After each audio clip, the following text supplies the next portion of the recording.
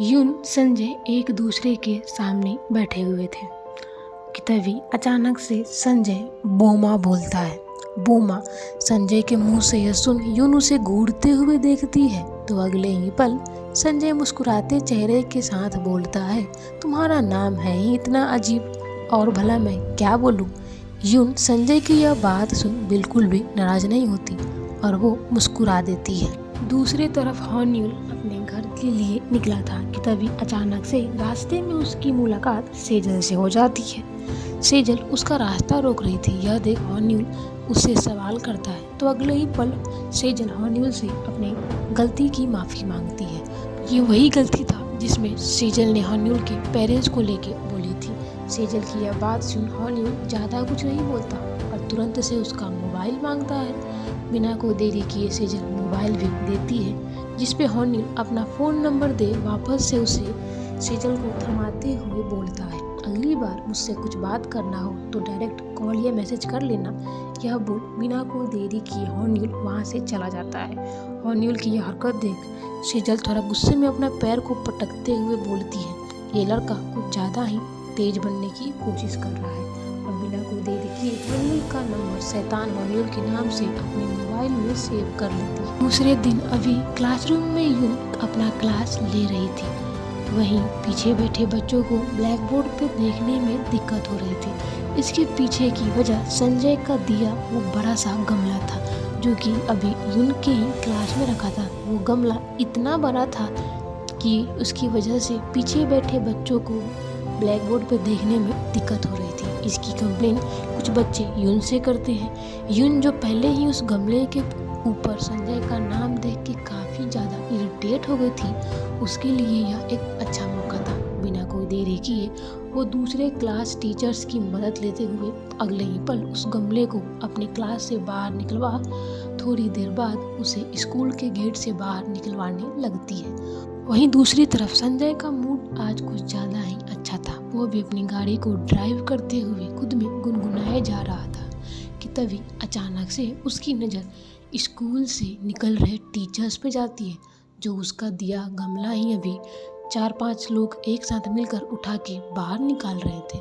संजय जो कि गाड़ी में यह बैठे देख रहा था, वो बिना कोई देरी की अगले ही पल अपनी गाड़ी स्कूल के गेट के पास रोकता है। टीचर्स जहाँ संजय को देख के यहाँ हैरान थे, वहीं यून सामने आके संजय से बोलती है कि उसका दिया यह गमला कुछ ज़्यादा ही बड़ा है, जिससे उसके क्लास के बच्चों को डिस्टर्बेंस महसूस हो रही है। वो इसे अपने क्लास में नहीं रख सकती। यून की यह बात सुन संजय थोड़ा नाराज दिखता है, लेकिन अगले ही पल वो कुछ सोचते हुए एक ही हाथ से उठा के उस गमले को अपनी गाड़ी के पीछे डाल देता है। जहाँ उस गमले को उठाने में 4-5 टीचर लग रहे थे, वहाँ संजय ने अकेले ही उस गमले को उठा के अपनी गाड़ी में डाल दिया और बिना कोई देरी की यून को अपने साथ बैठने के लिए बोलता है। यून इसके लिए बिल्कुल भी तैयार नहीं थी, लेकिन ना चाहते हुए भी उसे संजय की बात माननी पड़ती है। थोड़ी देर बाद अभी वो संजय की गाड़ी में बैठे हुए थी। हालांकि यून जो कि संजय के साथ बिल्कुल भी टाइम स्पेंड नहीं करना चाहती थी, वो अभी संजय की गाड़ी में बैठे हुए बार बार संजय के फिजिक्स को देख रही थी। ना चाहते हुए भी उसका ध्यान संजय के डोले सोले उसकी ये हैंडसम पर्सनालिटी के ऊपर जा रही थी। संजय जो कि अपनी गाड़ी को ड्राइव कर रहा था, वो अचानक से कुछ सोचते हुए यून की तरफ देखता है तो अगले ही पल यह देखते हुए कि यून उसकी तरफ देख रही है, संजय के चेहरे पे एक छोटी सी मुस्कान आ जाती है और वो शरारती अंदाज में यून से बोलता है, क्या तुम मुझे पहचान गई? क्या मैं आपको पहचान गई? भला हम मिले ही कब?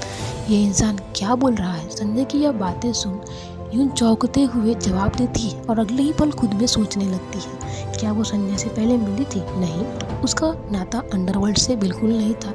क्या ऐसा है कि उसने संजय को कभी फिरौती के लिए रखा हो, लेकिन वो फिरौती भला किससे मांगेगी? तो क्या यह पॉसिबल है कि उसने संजय से कभी पैसे लिए थे, या फिर ऐसा है कि उसका कभी किडनैप हुआ हो और संजय उसमें किडनैपर हो? यून अपनी ख्याली पुलाव पकाने लगती है। यह देख संजय मुस्कुराते हुए बोलता है, अरे मैं इतना भी इम्पोर्टेंट नहीं कि तुम अभी सीधा सोचने लगो। टाइम आने दो, सब कुछ तुम्हें ध्यान आ जाएगा। क्या मैं तुम्हारे बारे में सोच रही हूँ? बिल्कुल नहीं। हालांकि यून पूरे समय अभी संजय के बारे में ही सोच रही थी, लेकिन वो इस बात को तुरंत से ही नकार देती है। थोड़ी देर बाद संजय का गाड़ी रुकता है और ये कहीं और नहीं यून के घर के पास थे। यून अपने घर पे आई थी। यह उसे देख के हैरानी होती है। हालांकि संजय उसे बिल्कुल भी कुछ नहीं बोलता और बिना कोई देरी किए उस गमले को उठा के सीधा से घर के अंदर चला जाता है। थोड़ी देर बाद यून की छत के ऊपर संजय उस गमले को रखते हुए सामने की खूबसूरत नज़ारे को देख के बोलता है, अब यह गमला अपने सही जगह पे आया है। वैसे यह नज़ारा काफ़ी ज़्यादा खूबसूरत था। जहाँ एक तरफ संजय उस घर के आगे के खूबसूरत नज़ारे को देखने में लगा था, वहीं यून संजय को मानना पड़ेगा आज सुबह से संजय से जितनी बार भी यून टकराई थी वो उसे चेकआउट करने में ही लगी थी। वो यह देखने में कि भला इस इंसान की पर्सनालिटी कैसी है और यह इतना हैंडसम कैसे है, इसमें ही खोई हुई थी। हालांकि इसके लिए वो बार बार खुद को कंट्रोल कर रही थी, अपने इरादे को मना कर रही थी, लेकिन वो चाहकर भी नहीं कर पा रही थी। वहीं संजय जब यून को खुद की तरफ एक बार फिर से देखता है तो तुरंत से उसके पास आ मजाकिया अंदाज में बोलता है, क्या तुम मेरे साथ कॉफ़ी पे चलोगे? क्या कॉफ़ी नहीं? क्या तो तुम मेरे साथ कॉफ़ी पे नहीं जाना चाहती? यून जो कि संजय के ही ख्वाबों में खोई थी, वो उस इंसान से खुद को कॉफ़ी पे पूछने के लिए सुन पहले तो चौंक जाती है और तुरंत से मना कर देती है। लेकिन जैसे ही उसे अंदाज़ा होता है कि अगर उसने आज संजय को मना किया तो उसे फिर से इस इंसान के साथ दूसरी बार मीटिंग करना होगा, जो कि यून बिल्कुल भी नहीं चाहती थी। इसीलिए वो दोबारा से सोच के बोलती है, ठीक है, हम क्यों ना आज ही कॉफ़ी पे चले। यून की यह बात सुन संजय उसे पहले देख के घूरता है और अगले ही पल मुस्कुराते हुए बोलता है, ऐसा लग रहा है तुम मेरे साथ कॉफ़ी डेट पे जाने के लिए कुछ ज़्यादा ही एक्साइटेड हो। क्या मैं एक्साइटेड? हाँ और नहीं तो क्या, पगली कहेंगे। संजय यून को यह बोल के वहाँ से चला जाता है। वो कहाँ गया था यह यून को बिल्कुल भी समझ नहीं आता। अभी जो कुछ भी हो रहा था उससे यून काफ़ी ज़्यादा फ्रस्ट्रेट लग रही थी। हालांकि कुछ चीज़ें वो नहीं करना चाहती थी, लेकिन फिर भी उससे हो रहा था। संजय के यादों में खोई यून अभी खुद में ही बड़बड़ा रही थी कि अगले ही पल उसका फ़ोन बजता है।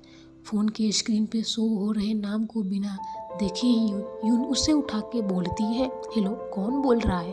तो दूसरी तरफ से अपने डैड की यह बात सुन, जो कि उसका हालचाल पूछ के खुद के साथ मिलने के लिए बोल रहे थे, यून की आंखों से आंसू गिरने लगता है।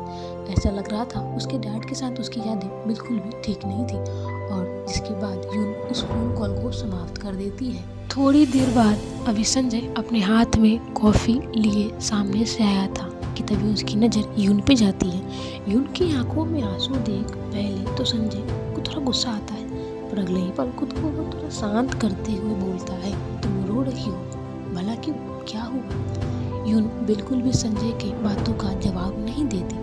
यह देख संजय अपने हाथ में लिए उस कॉफ़ी को यून को थमाते हुए बिना कोई देरी किए अपने पॉकेट से लौटी चौको पाई निकाल उसे यून के तरफ बढ़ाते हुए बोलता है, उदास मत हो, उदासी के समय हमें मीठा खाना चाहिए, ये लो तुम्हारे लिए अच्छा रहेगा। यून संजय की यह बात सुन उसे घूरती है। शायद से अब उसे कुछ याद आ रहा था।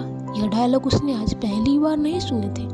आज से पहले वो ये डायलॉग किसी और के मुंह से सुन चुकी थी। तो क्या वो संजय से पहले मिली है? दूसरे साइड हमें यून के साथ पढ़ाने वाली उस टीचर का सीन दिखाया जाता है, जहाँ पे अभी वो उसी वकील के साथ बैठी थी जो संजय के बारे में पता करने में लगा था। हालांकि यून के साथ पढ़ाने वाली वो टीचर अभी उस वकील से अपने किसी खास को ढूंढने के बारे में बातें कर रही थी, जो कि कोई और नहीं, उनकी खुद की बेटी थी। वहीं वो वकील ऐसा लग रहा था कि उस टीचर का फैन बॉय था।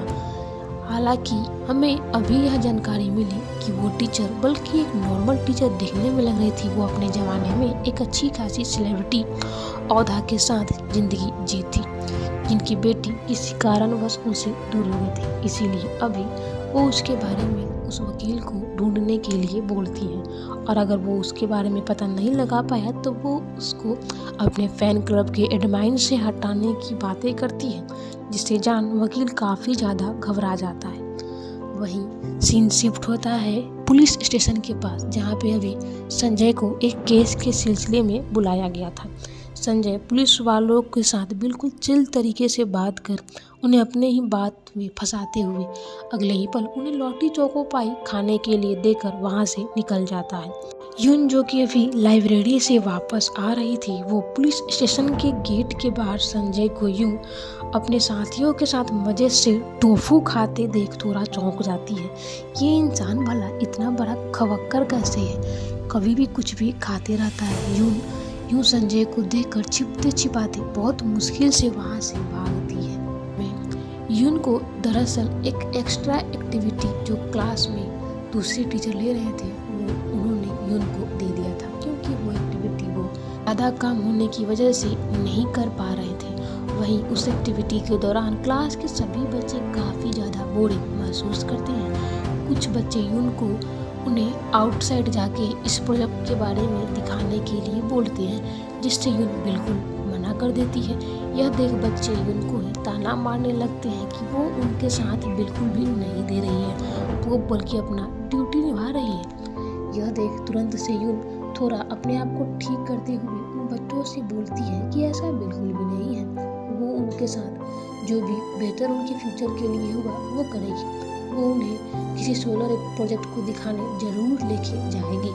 यून का यह बोलना ही था कि बिना कोई देरी किए हॉर्न्यूल खड़ा हो यून को अपने अंकल के सोलर प्लांट सिस्टम के पास चलने के लिए बोलता है। संजय के सोलर प्लांट सिस्टम के पास बिल्कुल नहीं, यून तुरंत से उसको मना कर देती है। दूसरे तरफ संजय के सोलर प्लांट फैक्ट्री के पास, जहाँ एक तरफ बाकी वर्कर्स 3-4 मिलकर उस प्रोजेक्ट में अपना काम कर रहे थे, वो अकेले संजय उन 4 लोगों के बराबरी का काम कर रहा था। संजय अपने काम में लगा था कि तभी अचानक से यून के क्लास में बैठे उन लड़कों में से एक लड़के का उसको कॉल आता है, जो कि संजय के साथ उसकी टीम में था। और वो बिना कोई देरी किए यून जो कुछ भी आज क्लास में बोले हुए थी, जो कुछ भी हुआ था, वो सब कुछ संजय से बता देता है। क्लास खत्म होने के बाद यून अपने स्कूल से बाहर निकलती है कि तभी अचानक से उसकी टकराव संजय से हो जाती है। संजय से एक बार फिर मिलकर यून को पहले तो थोड़ी इरिटेशन होता है, लेकिन अगले ही पल संजय उससे अपनी हालचाल बताते हुए बोलता है कि आखिर वो उसके सोलर प्लांट कंपनी को देखने के लिए क्यों नहीं आती।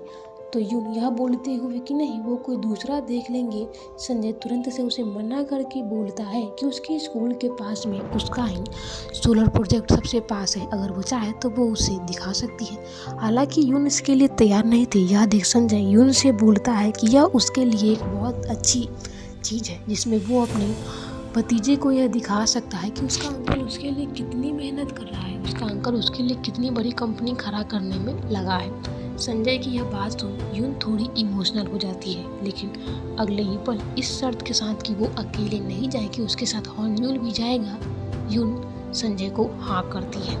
तो दूसरी तरफ रात का सीन हमें सेजल के घर का दिखाता है, जहाँ उसके पेरेंट्स बिल्कुल भी खुश नहीं थे उसके मार्क्स से। सेजल अपने पेरेंट्स से बिल्कुल भी बातचीत नहीं रखना चाहती थी, इसीलिए वो चुपचाप से अपना खाना छोड़ अपने रूम में जाके रोने लगती है।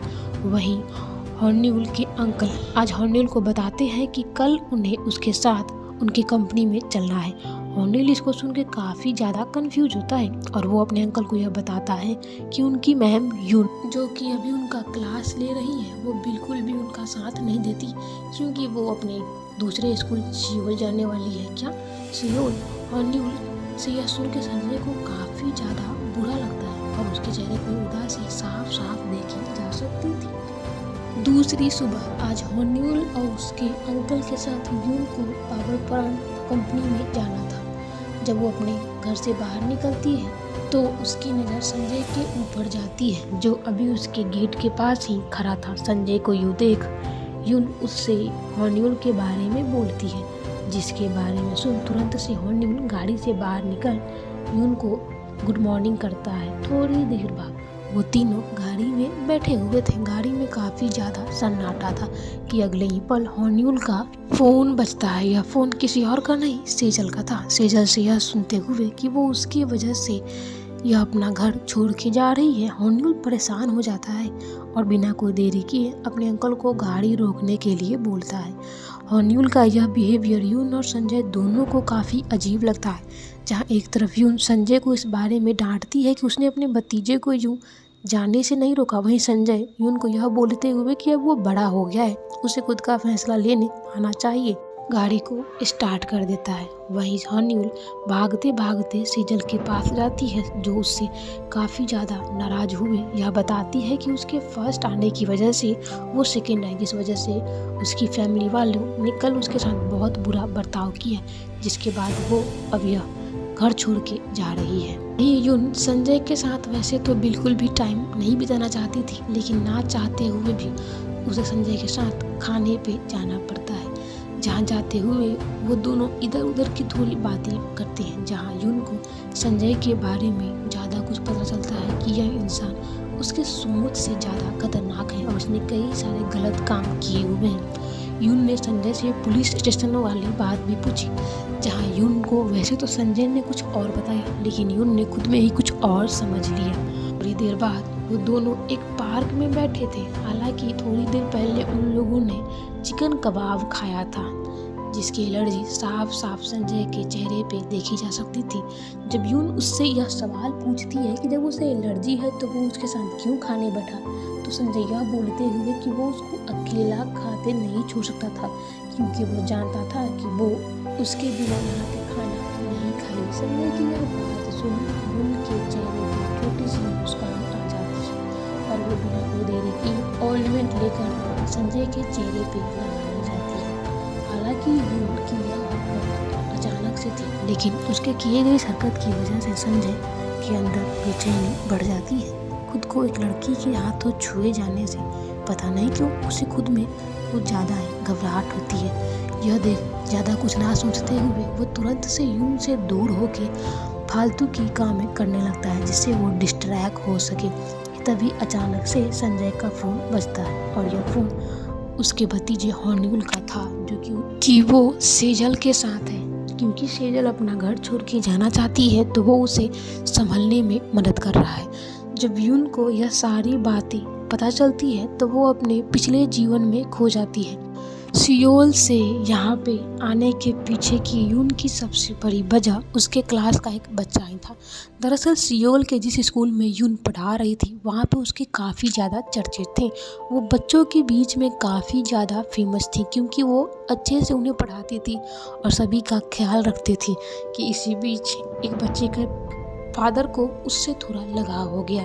जब यून ने उन्हें मना किया तो भी वो नहीं माने और वो यून के लिए महंगी महंगी गिफ्ट और फ्लावर भेजने लगे। जब इसके बारे में उस बच्चे के फादर की माँ को पता चला तो वो अगले ही पल बिना कोई देरी किए स्कूल में आती है और तमाशा करते हुए यून के गाल पे एक जोरदार थप्पड़ मार देती है। उस थप्पड़ के बाद से यून का उस स्कूल में पढ़ाना बहुत ही मुश्किल हो जाता है। पहले जिस स्कूल में सभी उसे आदर सम्मान और प्यार से देखते थे, वहीं अब वो इस स्कूल में एक ऐसी टीचर हो गई थी जिसने अपने ही क्लास में पढ़ने वाले बच्चे के पेरेंट्स के जीवन को बर्बाद कर दिया था। दूसरी तरफ हॉन्यूल सेजल का काफ़ी ज़्यादा ख्याल रखते हुए उसका माइंड डाइवर्ट करने की कोशिश कर रहा था। जहाँ सेजल से हॉन्यूल को यह पता चलता है कि वो अपने परिवार से बिल्कुल भी खुश नहीं, क्योंकि वो उसे हर बार फर्स्ट आने के लिए परेशान करते हैं, और जो कि कभी भी नहीं हो सकता, क्योंकि क्लास में हॉन्यूल फर्स्ट आता है। तो इसके लिए सेजल अपने जीवन में चल रही दुविधाओं का कारण हॉन्यूल को ही बताती है। वहीं जहाँ एक तरफ हॉन्यूल के लिए उसके पेरेंट्स ना होना दुख की बात थी, वहीं सेजल के लिए उनका पेरेंट्स होना दुख की बात थी। बहुत कोशिश करने के बाद भी हॉन्यूल सेजल का माइंड डाइवर्ट नहीं कर पाता और अंत में हॉन्यूल से सेजल दूर हो जाती है। जब संजय हॉन्यूल को कॉल करता है तो हॉन्यूल से यह जानकारी मिलने के बाद कि सेजल का एक बॉयफ्रेंड है और वो अपने घर छोड़ के आज जा रही है सियोल, जहाँ पे वो अपने बॉयफ्रेंड के साथ रहेगी।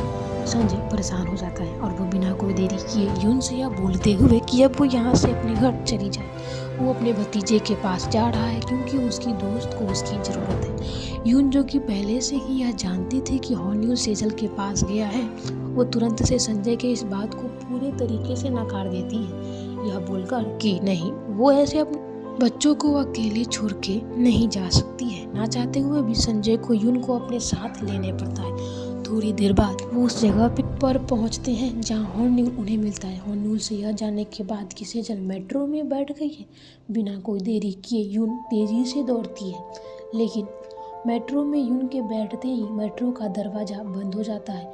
यह देख यून संजय को बताती है कि उसे सेजल दिख गई है, जो कि इस मेट्रो में ही किसी आदमी के साथ है। संजय यून से यह सुन बिना कोई देरी किए तेजी से मेट्रो पकड़ने के लिए दौड़ता है, जो कि पहले ही वहां से निकल चुका था। यह सुनते ही हमारा मेन लीड बिना कोई देरी किए मेट्रो की तरफ भागता है, जिसका दरवाज़ा बंद हो चुका था।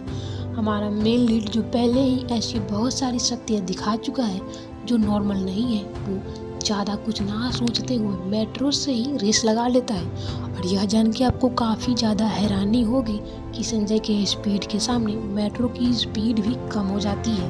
वहीं यून मेट्रो में खड़े हुए, जो कि अभी सेजल और उसके बॉयफ्रेंड को देखे जा रही थी, वो यह सब रिपोर्ट हॉर्न्यूल से शेयर करती है कि तभी अचानक से सेजल की नज़र भी यून पे आती है। यह जानकर कि यून उसका पीछा कर रही है, बिना कोई देरी किए सेजल तेजी में वहां से अपने बॉयफ्रेंड के साथ भागती है।